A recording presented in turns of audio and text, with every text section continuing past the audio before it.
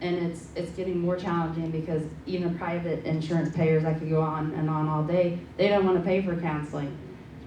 So they do what they can not to. The second thing, though, that you brought up, I think is extremely important, and that is integrating our scripture into our counseling. And I do think that is very important, but usually when I see someone, even someone who's extremely strong in their faith, when they initially see me the first few times, they don't want to hear about God. They don't want to hear about how God's going to fix it. That's just not where they're at. That's sugarcoating pain. And so I also wanted to affirm, not fun, but true. They don't want to hear it. And I have learned that over the years. Now there's exceptions, but I would say most of the time they're just not in the spot. But the beauty of it is we have the kingdom mindset. So hopefully they're sitting with someone who is a provider or a pastor that has the kingdom mindset so that they can help them get there eventually. But thank you for sharing the tough stuff. And the patience to get them there. I think Julie wanted to ask a question. Another question I just wanted to say that even if you have great insurance, which we do, my husband works for a California company, so we have phenomenal insurance. However, every single facility in Blue Springs, Independence, Lee Summit area that has Christian counseling is excluded. And so I go to Diakonos where where Stephanie works, and I pay out of pocket a very large portion of my bill there because insurance won't cover anybody that's in a Christian facility. They don't say that, but when you look through their providers, not one is in there. And so in my insurance, and I think that that's a further issue. If you do have faith, and it's an important part of who you are, and you want that to be integrated into your insurance or into your therapy, you got to be very careful when it comes to insurance, what they cover and what they don't, because of the spiritual factor. So I just wanted to put that out there because I've been living with it for 15 years, paying out of pocket, and it's not cheap. I get a very small amount of coverage. If I were to go to in-network, somebody that's not a Christian counselor or not listed as one, it's almost 100%. But because I don't, I'm more than 50% of it. Actually, at some points, 90% of it is out of pocket. So, anyway, just wanted to add that. And I just wanted to tail on it. Unfortunately, with her insurance company, I believe she's talking about we've tried everything to get in, but Christians are still discriminated against. We have all the qualifications and more, and they will not let us in the group so that people can get the coverage they need. Since I've been with you, I've had 3 different insurance companies, and all 3 of them, specifically, nobody in your practice is in there. Is that up to the provider or the insurance company? I think it's an insurance company issue. They don't, if they're listed as a Christian counselor, as opposed to just providing like a therapy or counseling, not one of them, like I said, in the 3 city areas in my insurance company, not one provider. So I had to look elsewhere. I've got a couple questions for you,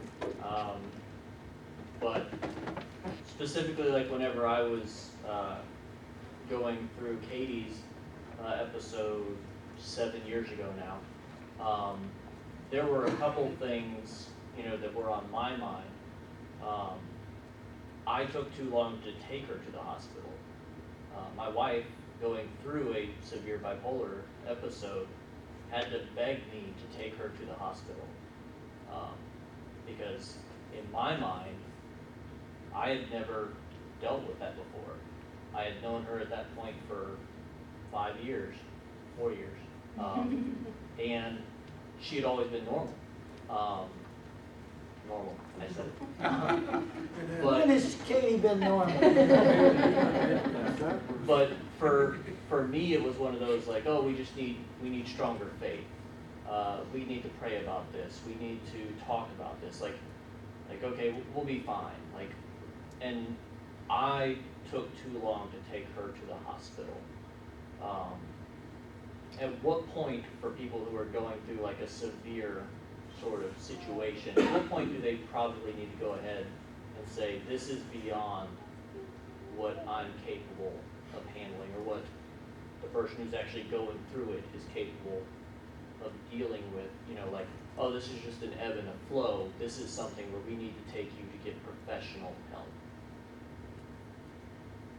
Well, certainly if you want to, one criterion might be is, are they dangerous to themselves or are they dangerous to someone else? That would indicate an emergency situation where a person needs to be seen immediately. Some kinds of psychological problems can be childhood onset, for instance, and the person can carry these on for years. Sometimes folks aren't necessarily aware that there's a problem, they just think that this person is who they are, until it gets to the point of being critical and dangerous situation, no action is taken. So, being aware of the person's needs is important. If you're a family member and you want to get help for your loved one, it's a pretty important thing to go ahead and do that, even though they might be angry with you initially. Eventually they're going to be benefited from taking action to help reach this kind of type of difficulty or illness. If I'm sick and I don't go to the doctor, guess what? I'm probably going to get sicker. Unless it's a cold or something. But if I'm having an illness and if I don't get help for it, it's probably going to get worse. And that's the same way with certain family.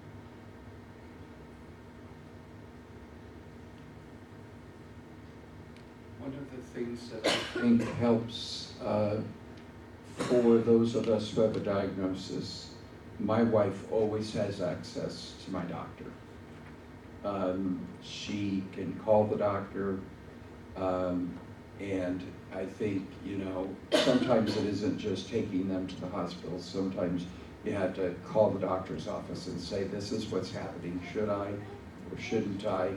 And I encourage everyone who has a mental health diagnosis, you need a power of attorney, or in states it's different in different states. But because my brain is the thing that doesn't work, and it gets to decide in its sickest moments what I'm going to do or not do, I have to trust other people in my life that love me.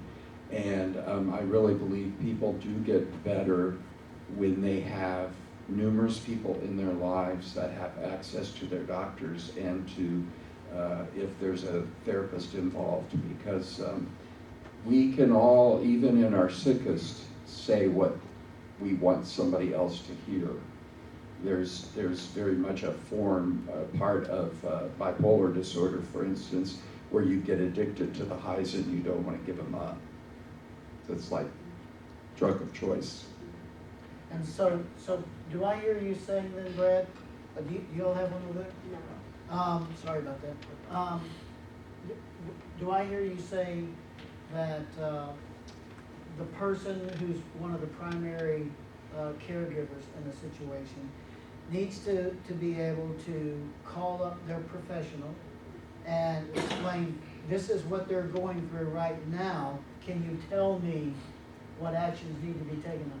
Well, with HIPAA, doctor's offices, I tell young adults this all the time, there's nobody that loves you more than your parents, because that's the only time you really get true blue, love that doesn't have any ties to it.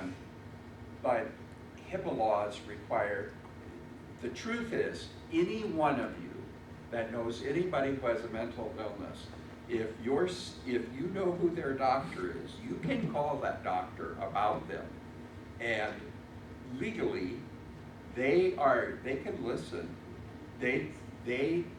But so many of the insurance companies don't want them to do that, because the insurance getting sued drives the fear. The lawyers say don't do that, blah blah blah. But you can. If you really believe somebody's in a dangerous state and you know who their doctor is, you can call them. They can't talk to you about it. They're not going to say a thing, but you can give them information. But if they really want to get well and stay well, people have to sign the waiver and let that be an open thing. When I finally got well 17, 18 years ago, I had 3 pastors that I met with every 2 weeks, whether I wanted to or not. They were my accountability group. They had access to my doctor, to my psychologist, and to my wife. And they all could talk without me. And you know what? One day those 3 guys showed up at my office, and I knew I was in trouble. And it had to do with the fact that I kept telling my wife something, and I wasn't being honest about it. And that was the first time I realized this loop that I have around me really is going to help me stay honest. Works. And by the way, I don't think it's just people with mental illness that need those loops. I think we all need those loops, but especially when the organ that is sick, it's the only organ in your body that makes the decisions about what you do about sick organs in your body. And so you gotta set up some structure when you're healthy, you know, and that says if this happens, then you need to just take me or whatever. Just My husband, I called to see him, and I explained, he was a late one people, and I know this, so I explained, it took a half hour to explain what kind of counselor he needed, because the counselor, he wouldn't relate to anybody. If he went and he didn't like the person, he would never go back. And so I needed to make sure that he got the counselor. He's been seeing this counselor now 5 years, and he's been a true blessing. If I have a question, I say, can I speak to you for a minute? He said, yes. He takes me to the room, we talk. And then he's also, I asked, well, am I doing this right? What should I do to help him? Because, you know, in his life, I want to make him better. I don't want to, not that I'm going to make him better, but you know, I want to make sure I'm doing the right thing. But I think if people just, some spouses are afraid to ask or to talk, like you were saying. And if you don't, of course, I talk a lot too much anymore. But if you don't ask, and you don't get that client, you may not be helping the right way. So. Yep.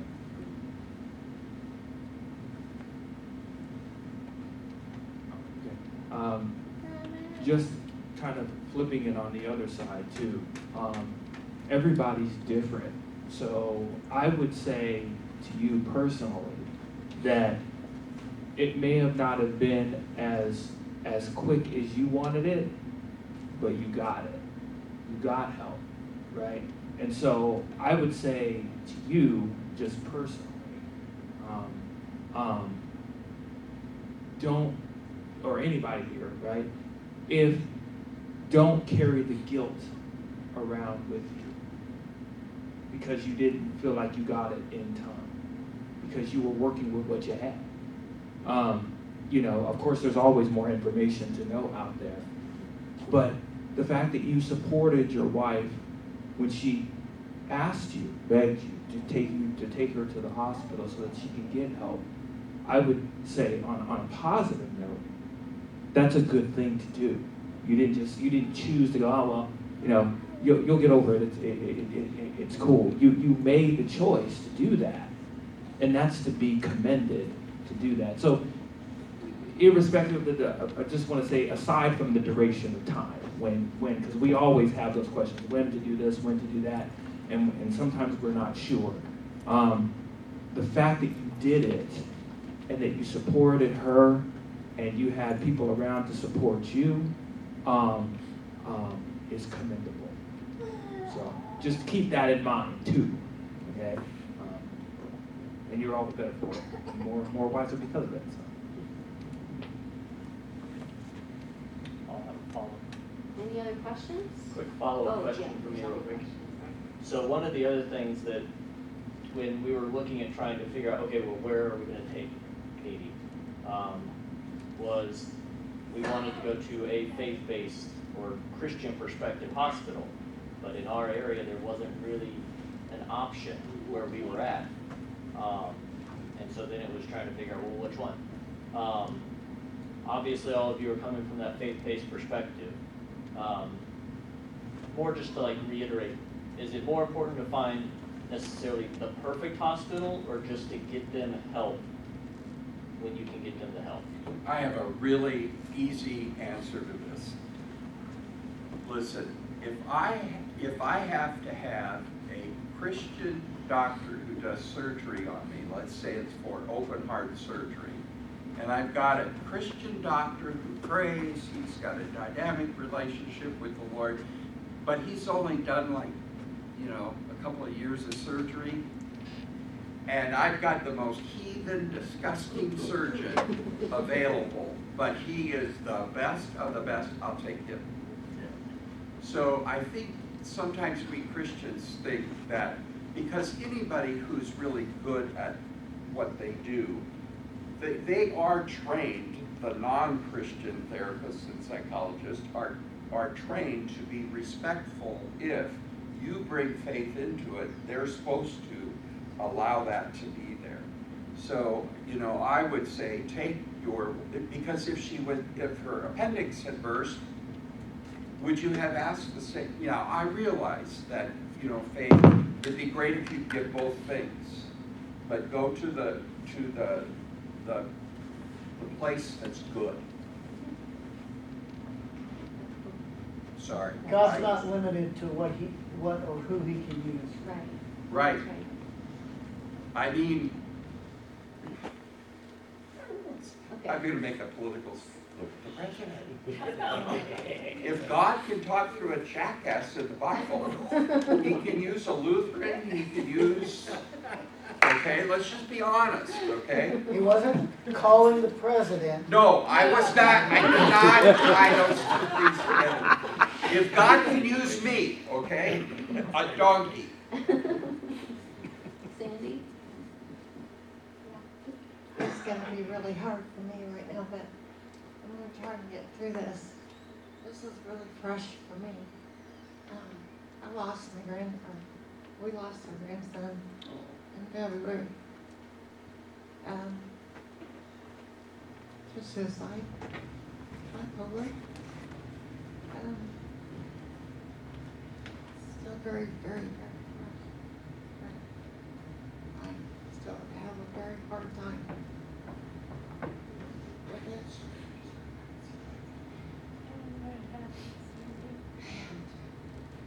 I have another grandson as well, his brother, who has a drug addiction as well as bipolar on top of it. And so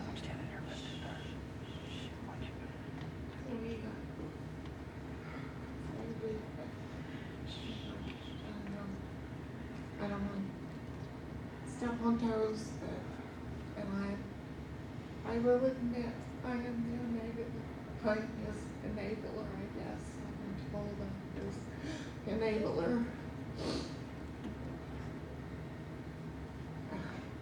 I don't want to be his enabler, but I feel like I'm the only one he has. And I just don't know what to do anymore. He's in the best campus. I take him once a week.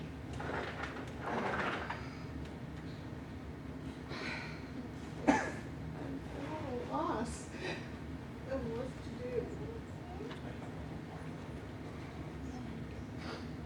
I'm just lost in what to do for him. I was so hoping, praying and hoping he would come tonight. Even up till this afternoon. Last night he said he would come. And this afternoon I talked to him. He had to mow, he had lawns to mow, so he couldn't come. I don't know, I just felt so let down. I know it's an excuse. And don't know what to do. Just don't know what to do. February. I'm afraid it's gonna be next. I understand.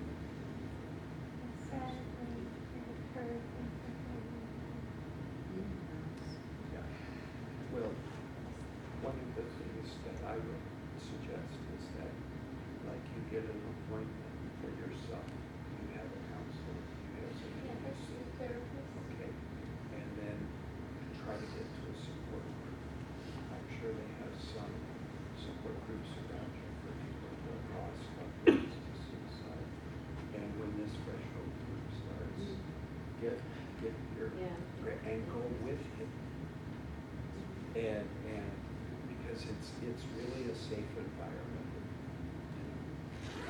And the other thing is that the father loves your grandson that's here more than you do, even. And you just pray like crazy. When you worry, pray. Okay? But the grief there, I don't know if any of the clinicians know the technical term, because I don't know it, but the grief from the loss of a suicide, of a loved one from suicide, is like, it's a compound grief, because you're dealing with the loss, you're dealing with the anger and the hurt and the despair, and then it's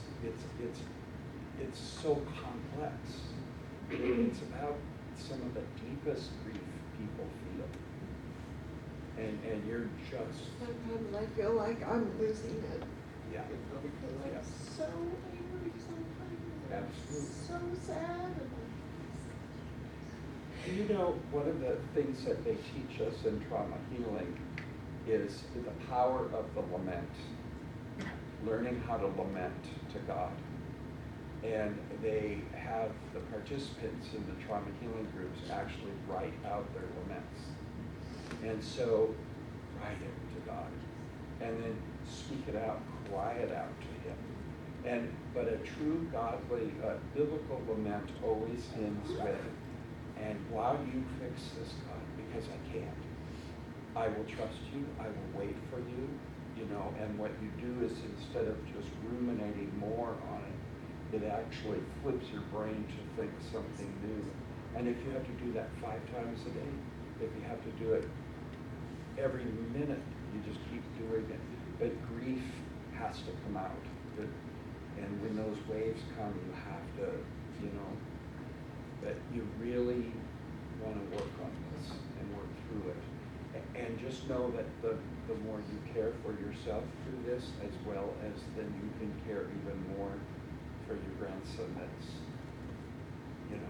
And the other thing is get your grandson in touch with people like Katie and young people that have lived well or living through some of the same stuff.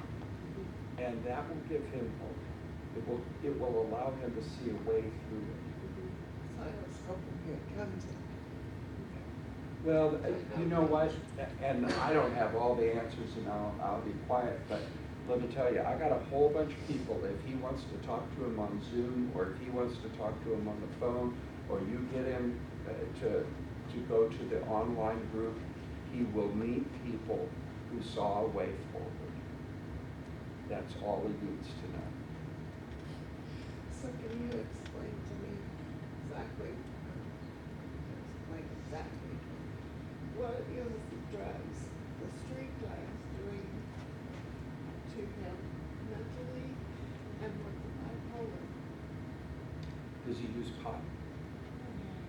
He's sad, he's doing Pot? meth, he's doing. How old is he? what all he's How doing. old is he? Well, the meth, obviously, we understand the meth, what that does to the brain and to the person. But when people that are young, when young people use pot, it actually adds to, if they have the predisposition to having a mental health issue, it actually it makes it speedier. And I did an interview with a child psychologist or psychiatrist who said there is something that happens in the brain at 25 that then they become less likely to develop psychosis, but it will just cause the mental illness to get way out of control.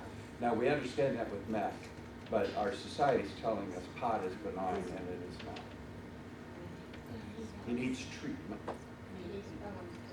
Do you guys have coexisting treatment where in the area, where somebody can go for both mental health and drug addiction?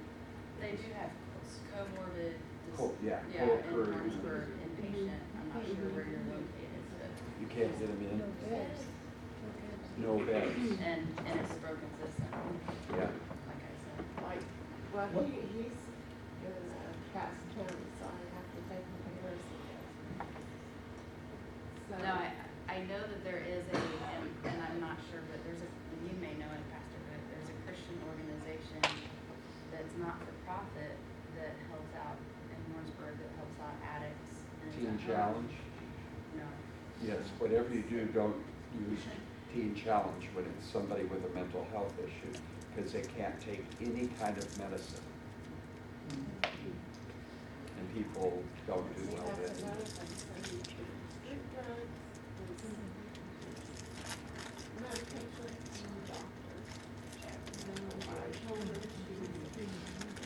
Well, let some of us help you. We'll, I'll stay here as long as you want to talk, okay? But it's gonna be a whole bunch of things that you're gonna have to see and continue to try, and there is no easy, like our friend said from the beginning, there's no easy answer. And I can only imagine how afraid you are. At first, that was one of the problems too, like this, maybe like Karen was talking about, was the insurance issue. Yeah. And that was Seth's problem. He couldn't get medication, he didn't have insurance. And so he wasn't on medication. He needed to be on medication. One of the things I'm really looking forward to, and I appreciate Katie so much about this, all of the work that went behind bringing about the kickoff to this ministry, because while some people might look at it and say, well, this is for the mentally ill. Yes, it is. But it's also for the people that love them, the people that need direction, the people that need encouragement, people like yourself who need others to come along beside you. However, I do want to say that, and while we need that, none of us will ever handle any situation perfectly because we're not God. We want to handle it well, and we want to learn from maybe the mistakes we've made in the past and do it better in the future, hopefully. In the presence of many counselors, wisdom is found. And so people come along beside us and they help us.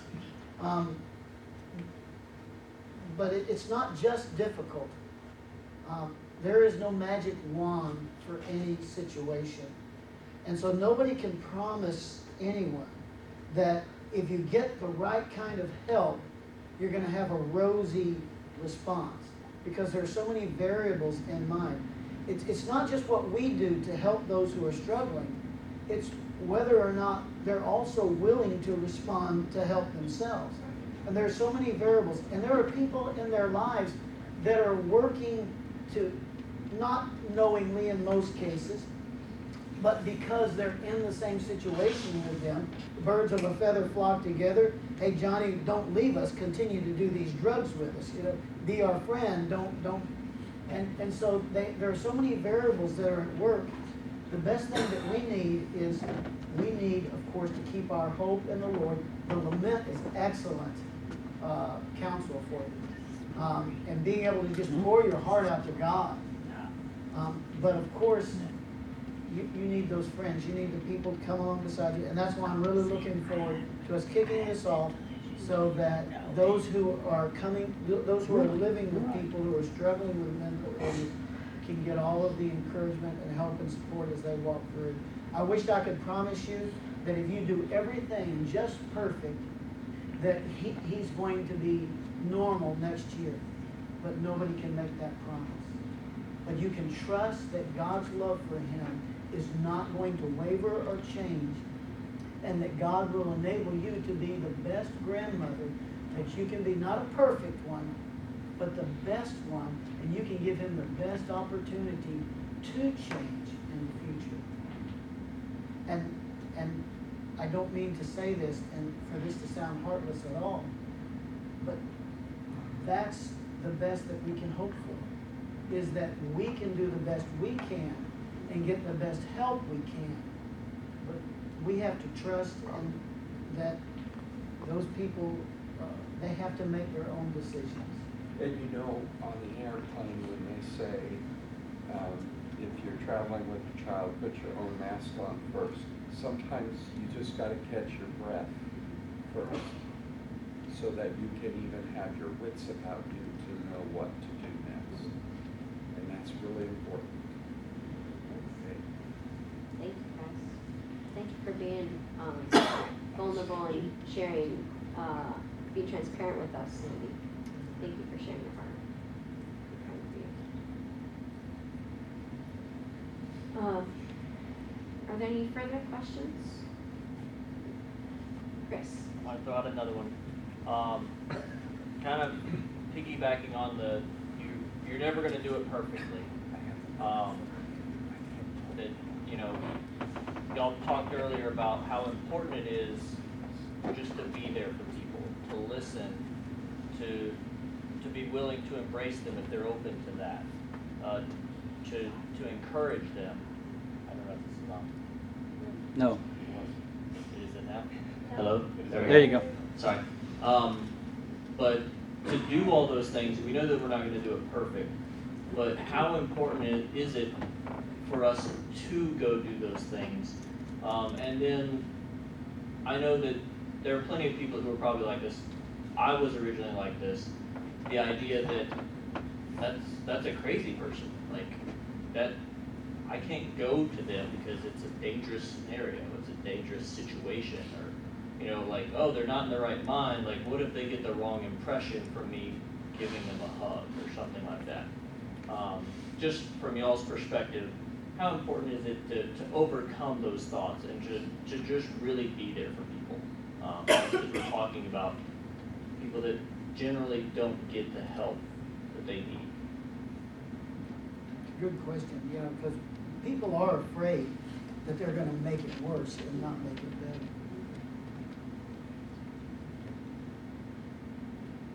No, I think a lot of people just choose not to want to get involved. It's They're true. too wrapped up in their own lives and they just don't want to be bothered. And it's a sad commentary on our society. But I do believe it does take the village. That's the only one thing I would agree with that woman. But, you know, I think we need to look after our neighbors and our family.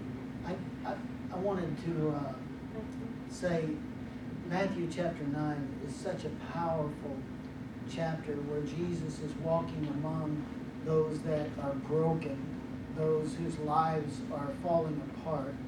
And it says that he looks at them, and the Greek word in there, splagkanesthe, we interpret it as he gets his stomach turned. It's that feeling you get when your stomach is in a knot, and it's just deep down, and you feel like you care so much about what somebody's going through that you can't even sleep. You got to do something about it. Your stomach is in knots about it. And that's how his stomach was. Because he loved, because he did care, and it said that he felt this way because he was concerned about their brokenness. And so the best answer that I can come up with Chris on that is we just need to look at ourselves and say, if I'm in that person's situation, how do I want somebody to respond to me? What would I want others to do for me? And of course, your answer would be, I would want them to be concerned. I would want them to care enough to be willing to make the mistake. Just come to me, share with me that you're concerned. You know, if you say the wrong thing, I think you can say the wrong thing in the right way and still have a good result. Let me say it like this. If you come to them and, for instance, you say, Stephanie, I've really been recognizing that you've been struggling with something recently, and I don't know how to help you. All I know is that I care about you, and if I'm seeing something wrong, then, you know, please forgive me for that. But if there is something there, I sure would like to help you. And the point is that probably what I said to her was not the best thing to say, but the way I said it was very humble. And you cared enough to say it, so I wouldn't be mad. Yeah, and you notice even the position that I took, you know, it's kind of like she's the alpha dog and I'm not. So the way that you say it has a lot to do with it. If you're coming across that you're concerned, you might not even say the right thing, but what people get is, We you tried. care. My husband's counselor said with him, cause he goes in rage where he was. Now he's on medication, he doesn't do that anymore. He was in rage, he was crying a lot, if I hadn't done it, or he wasn't there. Or you can wave your hands from his eyes and he just wasn't there. He said to go, and when they're in that rage period, to go to him and say, what's up? He said, what do you call it, de-escalates the anger, and then it gives him a chance to come in and say whatever. And so, instead of saying, what's wrong with you, or whatever, however you want to say what's up. And that helps tremendously. I have a question to my daughter, I'm Candy, I'm talking about. She came to our church, Tasha. She's bipolar. Medication doesn't work for her. Cards and stuff. They tried her and everything. The only thing that works for her is her to sleep. And she has to work to take care of her family. She gets tattoos. She says that's her therapy. I tell her she's gonna run out of places to tattoo. I'm her mom. I get a feeling, I know it's a war, I have